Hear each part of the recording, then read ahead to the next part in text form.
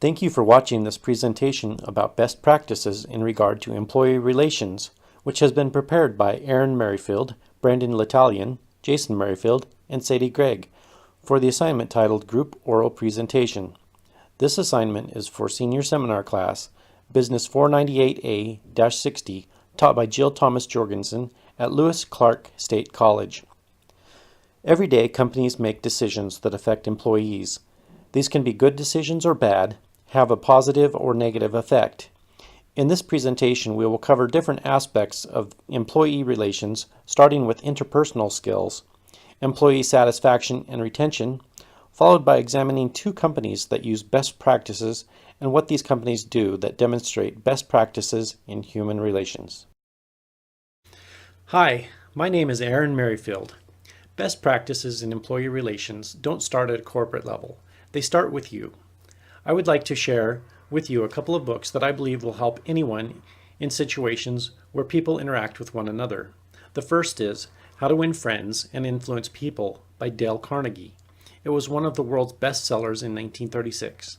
The book offers some simple, practical, common sense advice. I don't have time to cover all the bullet points in the book, but here are some of my favorites. Don't criticize, condemn, or complain. Give honest and sincere appreciation. Become genuinely interested in other people. Be a good listener. Encourage others to talk about themselves. Show respect for the other person's opinions. Never say you're wrong. Begin in a friendly way. Be sympathetic with the other person's ideas and desires. Appeal to the nobler motives. Dramatize your ideas. Praise the slightest improvement and praise every improvement. Be hearty in your approbation and lavish in your praise. Give the other person a fine reputation to live up to. Use encouragement. Make a fault seem easy to correct. The second book I would like to share with you, which is full of best practices, is The Spirit of Servant Leadership. This book also has more than I have time to cover, so I will share only a few key points. I like Chapter 7, Insights for Servant Leaders. Manage for the best and not for the worst. Focus on the good behaviors and good performance of the majority of your people and work to affirm them. Be honest. Honesty is the single most important attribute in a leader's relationship with employees and fellow workers. Let your first response also be the caring response. Regardless of whatever management situations present itself, always ask yourself what the most caring response would be. Never think of employees as labor or as a commodity. This is a grave mistake and all too common one, especially in companies that employ hourly workers. Think of people as commodities causes your leadership to lose its humanity. Avoid the tyranny of technocracy. Many managers ignore relationships, focusing on things easy to measure. A sign on Einstein's wall said, "Not everything that counts can be counted, and not everything that can be counted counts." Expect the unexpected and be ready to embrace change. Find opportunities in the chaos that change brings. Four of the most useful words in the world. I could be wrong. These four little words can change the entire atmosphere in a room, the progress of a discussion, or the tone of a conflict. Include employees' personal growth as part of your planning. It can pay off in long-term productivity. Now I will turn the mic over to Sadie Gregg. Hi, my name is Sadie Gregg. I'll be adding to the group presentation by discussing best practices in employee relations and its relationship to job satisfaction and employee retention. Companies that choose to treat employees as an asset understand that they're making an investment for their company. The approach companies take in the treatment of their employees can result in having a short-term or long-term success and determine if they'll achieve their goals or not. Companies that choose to treat employees as an asset understand that they're making an investment that will need continuous resources and attention. Frederick Herzberg created the two-factor theory to better understand employee satisfaction. He theorized that all of the factors I'm going to talk about are on the same level and are completely equal, and taking away what dissatisfies an employee doesn't mean they're satisfied, just not dissatisfied. Therefore, they're not motivated. He also believed that in order for an employee to be satisfied, hygiene factors must be met first. This theory is still being published and is still being used in organizations today. Hygiene factors, as described by Herzberg's two-factor theory, are extrinsic qualities in a workplace that must be met to meet employees' basic needs. If they're missing, it can cause an employee to become dissatisfied with their employer. Hygiene factors include company policies, supervision, relationships with superiors, working conditions, pay and benefits, relationships with coworkers, and job security. Herzberg characterizes relationships between supervisors, subordinates, and peers as a major contributor to employee dissatisfaction if these relationships are poor or negative. If any of these basic needs are not met, they become sources of dissatisfaction. The elements of satisfaction, when they're met, help to attract employees and retain them for the long term.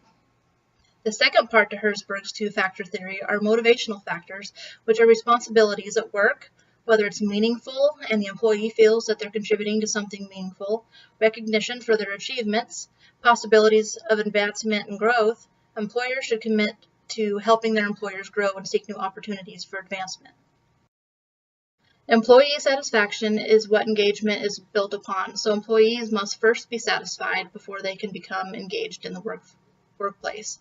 An engaged employee is passionate about his or her work, is committed to the company and its mission, and works hard to contribute.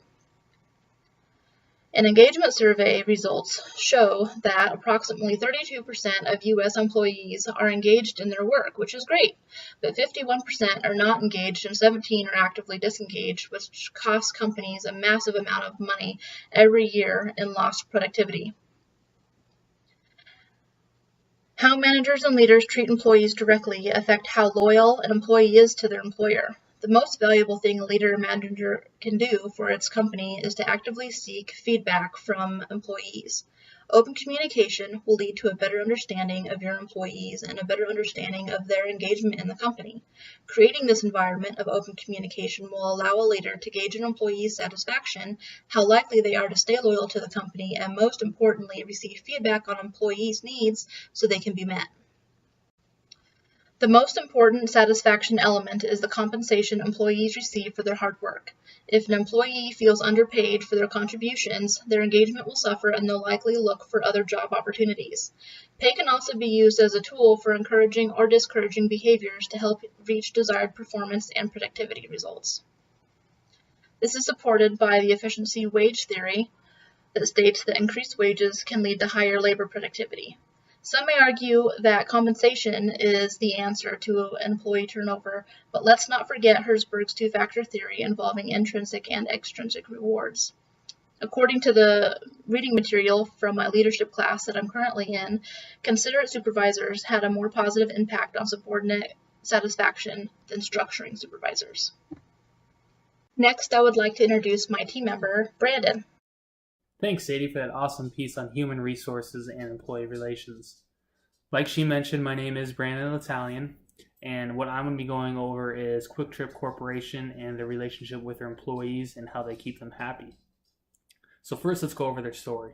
Quick Trip is an $11+ billion company with more than 750 stores.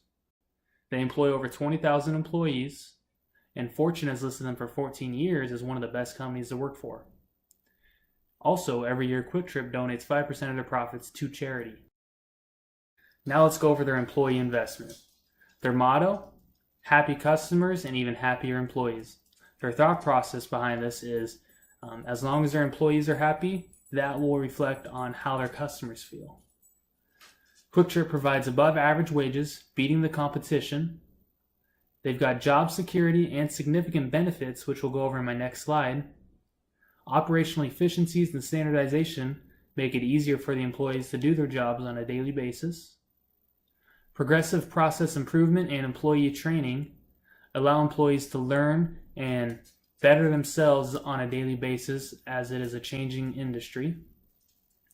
They've also got a cool position called Relief Employees, which is an employee that covers a region of stores rather than just one.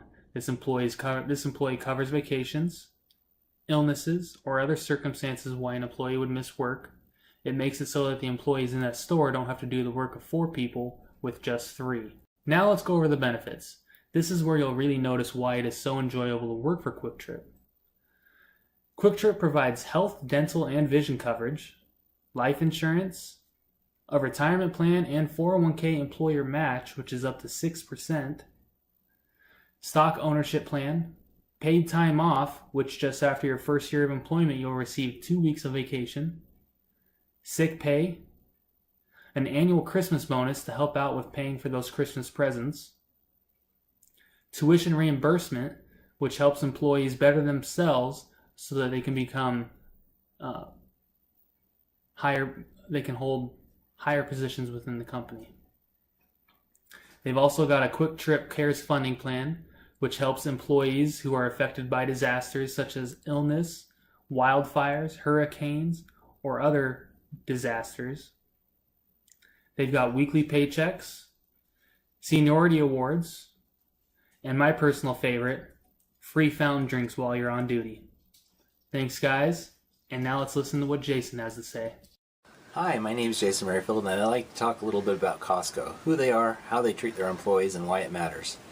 Costco is often overlooked when you think of retail stores, but they're actually the second largest chain in the United States, and seventh largest in the world. According to Costco's website, the company employs over 225,000 people worldwide. While many companies focus primarily on profits, Costco takes a different approach that shows how much they value their employees. The Costco Code of Ethics is divided out into 5 sections. 1. Obey the law. 2. Take care of our members. 3. Take care of our employees. 4. Respect our suppliers. 5. Reward our shareholders. Of these 5 sections, the largest is easily the section on taking care of employees. It states, "Our employees are the most important asset. We believe we have the very best employees in the warehouse club industry, and we are committed to providing them with rewarding challenges and ample opportunity for personal and career growth.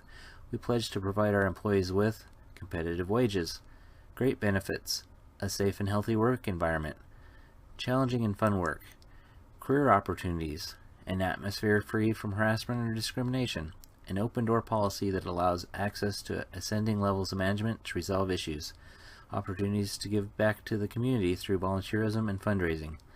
This isn't just talk, this is how Costco functions. In 2017, a survey by Forbes and Statista ranked Costco as America's best large employer. A Bloomberg business article a few years ago was titled, "Costco CEO Craig Jelinek leads the cheapest, happiest company in the world. Why might this be? Because Costco takes care of their employees."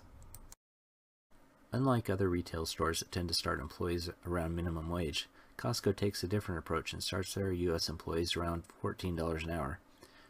According to CFO Richard Galante, the average wage is $22.50 an hour, and some long-term employees are making in the mid-$40 to $50 an hour range. A Huffington Post article titled 11 Reasons to Love Costco That Have Nothing to Do with Shopping gives more insight into how Costco functions and why employees like to work there. The company pays a living wage. The CEO told Bloomberg, "I just think people need to make a living wage with health benefits. It also puts more money back into the economy and creates a healthier country." Workers get benefits. About 88% of Costco employees have company-sponsored health insurance. According to CheatSheet.com, all of Costco's full-time and part-time employees are eligible for health insurance. The CEO's salary isn't overly inflated. He makes approximately 48 times the company's median wage.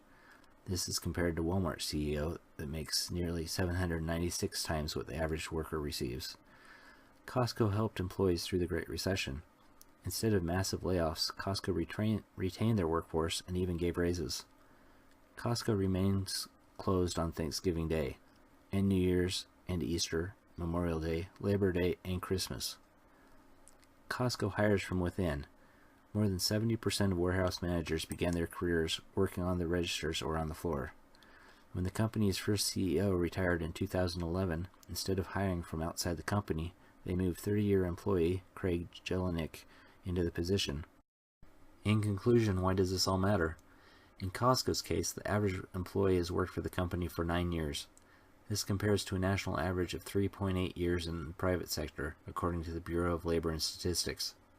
According to the Society for Human Resource Management, it takes an average of 42 days to fill a position and costs the business $4,129. This translates over to other businesses as well, and makes the case that employee relations is a best practice that shouldn't be ignored. There are several reasons for this. Loyal employees remain engaged, so job output remains high. Employees feel like part of a family and turnover is reduced, which saves money. Happy employees are more knowledgeable and treat customers better. Thank you. We hope you've enjoyed our video on employee relations as a best practice.